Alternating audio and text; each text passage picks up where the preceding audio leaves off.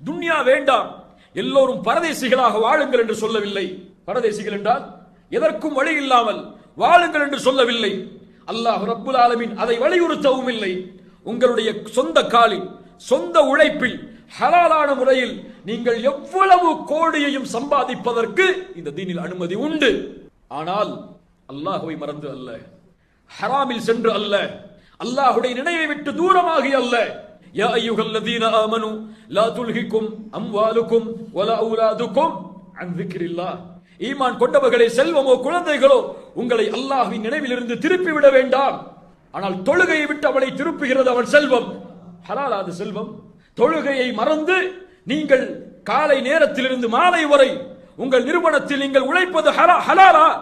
நீங்கள் செல்லக்கூடிய வழி ஹலால், ஆனால் முறை தவறு. ஒரு கடமையை விட்டு இன்னொரு கடமையை தேடுவதை மார்க்கம் அனுமதிக்காது.